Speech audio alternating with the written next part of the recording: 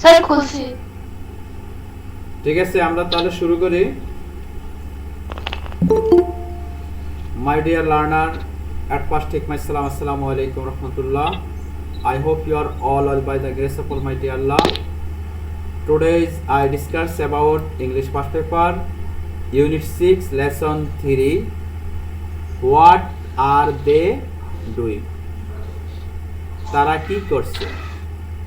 At first I share my screen, dear learner.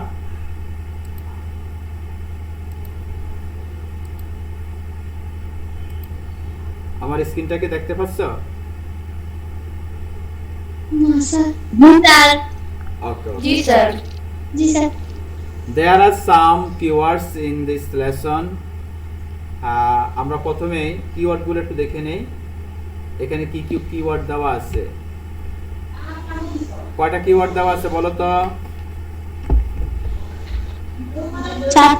চারটা keyword দেওয়া আছে। হ্যাঁ, চারটি কিওয়ার্ড আমরা সুন্দর মতো একটু দেখে নেই। প্রথমটা হলো গ্লুড টু, গ্লুড টু, গ্লুড টু, মনোযোগ দেওয়া। ঠিক আছে, মনোযোগ দেওয়া মানে সবটুকু মনোযোগ দেওয়াকে বলা হয় গ্লুড টু। এক চিত্রে তাদের মানে মনোনিবেশ করাকে বলা হয় গ্লুড টু। ঠিক আছে, গ্লুড টু শব্দটার উচ্চারণ বলো তো? গ্লুড টু শব্দটার উচ্চারণ বলো? গ্লুড টু, গ্লুড টু। ঠিক আছে, গ্লুড টু, হ্যাঁ গ্লুড টু, গ্লুড টু, গ্লুড টু, গ্লুড টু। হ্যাঁ, তারপরে আসো আপলোড। আপলোড শব্দের অর্থ হলো কোনো কিছু কম্পিউটার থেকে কোনো কিছু নেটের মধ্যে প্রবেশ করানোকে আপলোড বলা হয়। কথা কি বুঝছো? কম্পিউটারের থেকে বা তোমার মোবাইল থেকে, ডিভাইস থেকে যে কোনো স্মৃতি বলতে মেমোরি থেকে কোনো তথ্য প্রোগ্রাম ঢোকানোকে বলা হয় আপলোড। ঠিক আছে, তারপরে আছে ডাউনলোড। ডাউনলোড শব্দের অর্থ হলো ইন্টারনেট থেকে কোনো তথ্য পাওয়াকে বলা হয় ডাউনলোড। ইন্টারনেট থেকে যে তথ্য আমরা পেয়ে থাকি, যে তথ্য আমরা তোমার নেট থেকে আমরা কালেক্ট করে থাকি, সেটাকে বলা হয় ডাউনলোড। ঠিক আছে, মেসেজ, মেসেজ, মেসেজ, মেসেজ যোগ করে এর অর্থ হলো বার্তা সমূহ। এর অর্থ কি? বার্তা সমূহ। এখানে চারটি কিওয়ার্ড পেয়েছি: গ্লুড টু, আপলোড, ডাউনলোড, মেসেজ। ঠিক আছে, গ্লুড টু হলো এক দৃষ্টিতে মনোনিবেশ করা, মানে একসাথে আটার মতো লেগে থাকা, যেটাকে বলা হয় রে। আপলোড, আপলোড হলো কম্পিউটার স্মৃতি অথবা কোনো ডিভাইস থেকে কোনো তথ্যকে কি করা, তথ্যপত্রকে ঢোকানোকে আপলোড বলা হয়। তারপরে ডাউনলোড, ডাউনলোড শব্দ হলো নেট থেকে কোনো কিছু পাওয়া, কোনো তথ্য পাওয়াকে নামানোকে বলা হয় ডাউনলোড। মেসেজেস হলো বার্তা সমূহ। ঠিক আছে, ওকে ডিয়ার লার্নার, এই নাম্বার ওয়ার্ক ইন গ্রুপস, জোড়ায় কাজ করো। Look at the picture and talk about what the boys and girl are doing. এখানে তোমরা কিছু ছবি দেখতে পাচ্ছ, ঠিক না? এখানে আমরা কিছু ছবি দেখতে পাচ্ছি। ছবিটা কি তোমরা দেখতে পাচ্ছ? জি স্যার। আচ্ছা, প্রথম ছবিটা দেখে বলছে স্যার কম্পিউটার ইউজ করতেছে। স্যার কম্পিউটার ইউজ প্রথম ছবিতে দেখতে পাচ্ছি আমরা কি করতে পারি, তো আমরা এটাকে ইংরেজিতে বলি। আমরা যদিও এটা গ্রুপ হিসাবে আমরা দলীয়ভাবে কাজটা করতে পারবো না, এখন ইন্ডিভিজুয়াল ভাবেই কাজটা করি। ইন্ডিভিজুয়াল মানে কি? এককভাবে। হ্যাঁ, আমরা এটাকে এইভাবে সাজাই। I can see in the picture, picture number 1, বা picture number 1, the girl is doing. Picture 1, she is playing games. Games খেলা মনে না? In her computer. She is playing games in her computer. Computer ঠিক আছে। জি sir আর আমি আরো কিছু বলতে পারি, হয়তো সে perhaps he can upload picture message on the Facebook or Google, ঠিক আছে, এটা বলতে পারি আমরা। হয়তো সে গুগল থেকে, যেহেতু আমাদের কাছে স্পষ্টভাবে কোনো ছবিগুলো দেখা যাচ্ছে না, এই জন্য আমরা এটা বলতে পারছি, যেহেতু আমরা এখানে আপলোডের কথা পেয়েছি, ডাউনলোডের কথা পেয়েছি না, ওই দৃষ্টিকোণ থেকে আমরা বলতে পারি জি sir the she can upload a picture message on Facebook or YouTube or Google, ঠিক আছে। তাহলে প্রথম ছবিতে আমরা দেখতে পাচ্ছি the girl is playing games in her computer and she can upload picture message on the Facebook or Google and download from this source, এভাবে বলতে পারি, ঠিক আছে।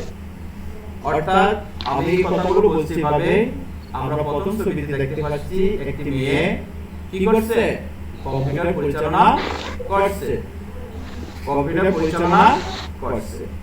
সে কম্পিউটার থেকে কিছু তথ্য ডাউনলোড আপলোড করছে, ঠিক আছে।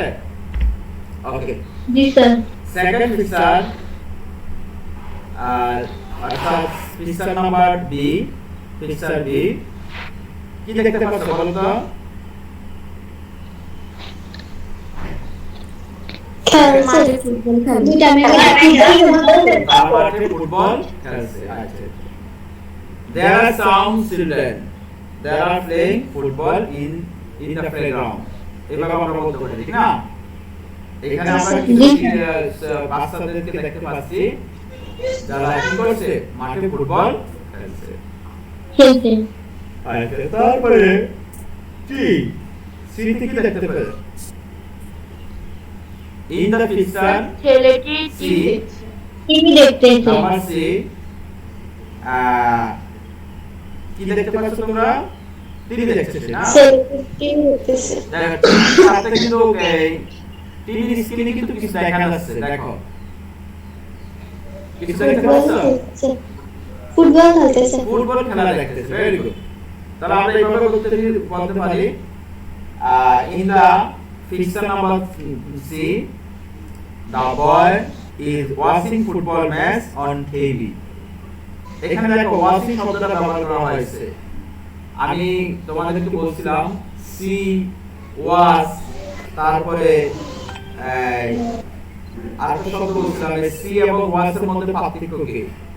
লুক, অর্থ তাকানো, সি অর্থ তাকানো, ওয়াচ অর্থ তাকানো বা দেখা, এর মধ্যে পার্থক্য কি বলতে পারবা? হ্যাঁ, কেউ বলতে পারবে না? লুক অর্থ তাকানো, এটা হলো স্বাভাবিকভাবে কোনো কিছুর দিকে তাকানোকে বলা হয় লুক। মনোযোগের সাথে একটু তাকানো, তাকানোকে বলা হয় লুক। আর সি অর্থ দেখা বা তাকানো, দেখা, এটা হলো স্বাভাবিক, কোনো কিছুর দিকে তাকায় সেটা হলো সি। আর দীর্ঘ সময় ধরে যেটা দেখো সেখানে বলবো ওয়াচিং, ঠিক আছে? কথা কি বুঝছো? তাহলে যেহেতু ফুটবল খেলা দেখছে, আমরা এই জন্য এখানে ওয়াচিং বলছি। হ্যাঁ, the boy is watching football match on TV, ঠিক আছে। in the picture D number picture কি দেখতে পাচ্ছ তোমরা? দুইটা মেয়ে খেলতেছে হ্যাঁ, আমরা এটা বলতে পারি two girls are playing on games on the ground, তারা কি করছে? মাটির উপরে খেলছে। Perhaps it is the country game, কুতকুত,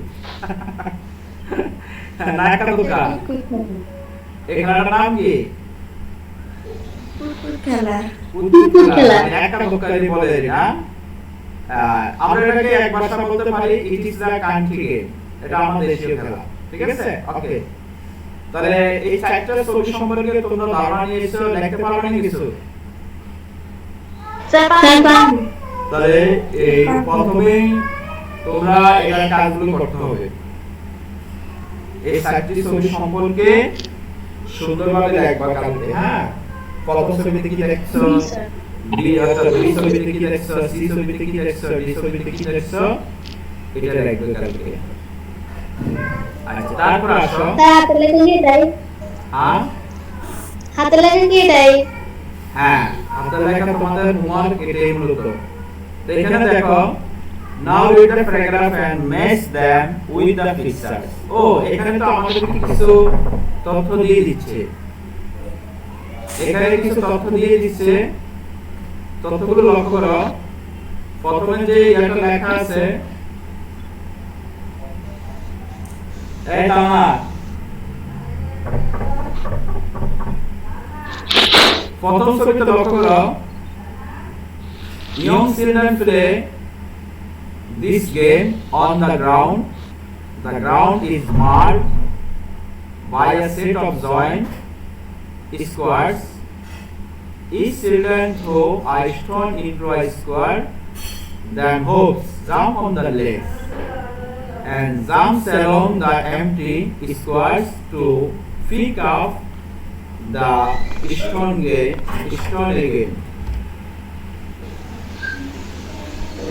again. The play this game in turn. একটু লক্ষ্য করো, এখানে যে তথ্যটা তোমরা দেখতে পাচ্ছ, এই ছবিটা এখানে যে তথ্যগুলো দেওয়া আছে, এই তথ্যের সাথে তোমাদের কোন ছবিটা আমাদের মিল হয়ে যায় বলো তো? Young children play this game on the ground. The ground is marked by a set of joint squares. Each children throw a stone into a square, then hopes jump on the legs and hops along the empty squares to pick up the stone again. They play this game in turn. বলো তো এখানে D নাম্বারটা D number, তাহলে এখানে সাথে আমাদের এটা মিল হয়ে গেল, এই ডি নাম্বার ছবির সাথে এটা অ্যাডজাস্ট হয়ে গেল নাকি? জি স্যার। জি স্যার। তারপরে ছবিতে লক্ষ্য করো তো, some children are often glued to computer. They often upload their picture messages on Facebook. They can also download pictures and messages. এটা কোন ছবির সাথে মিলে? স্যার এ নাম্বার। এ নাম্বারের সাথে মিলে, তো হয়ে গেছে। Number 3, children often watch football matches of both national and international teams on TV. এটা কোনটার সাথে মিলবে? Sir C. সি। এটা সির সাথে মিলবে, স্যার ঠিক সি আছে? C. C. Children often watch football matches of both national, এটা তো বলছি। Children often play football in the school playground. বালকরা প্রায় বির সাথে মিলবে। B number. তাহলে আমরা মোটামুটি ছবিগুলোর সাথে এখানে এখানে কিছু নোট দেওয়া আছে। গ্লোব টু, এই গ্লোব টু শব্দের অর্থ কি? লাতার মতো আগে লাগে থাকা, ঠিক না? Giving all your attention or something, মানে কোনো কিছুর প্রতি একদম সম্পূর্ণভাবে মনোযোগ দেওয়াকে বলা হয় গ্লোব টু, হ্যাঁ। Upload transfer information data to a computer system, অর্থাৎ কম্পিউটার থেকে সিস্টেম থেকে কোন তথ্য ডাটা ইনফরমেশন কি করা, স্থানান্তর করাকে বলা হয় upload. Download, copy data information etc from the one computer system to another or to a disk, অর্থাৎ কোন তথ্য কম্পিউটার সিস্টেমে অন্য ডিস্ক থেকে আনা বা কোন ডিভাইস থেকে আনা কে বলা হয় ডাউনলোড। ওকে, এখানে আমাদের তেমন কোনো গুরুত্বপূর্ণ পাঠ না থাকায় এটুকু তোমাদের আজকে পাঠ রইল। তোমরা এই কিওয়ার্ড গুলো লিখবে, আর এখানে যে ছবিগুলো দেখছে ছবিগুলো সম্পর্কে তোমরা নিজের ভাষায় লিখবে। এটা হলো তোমাদের আজকের হোমওয়ার্ক। ওকে, জি স্যার। পারবা?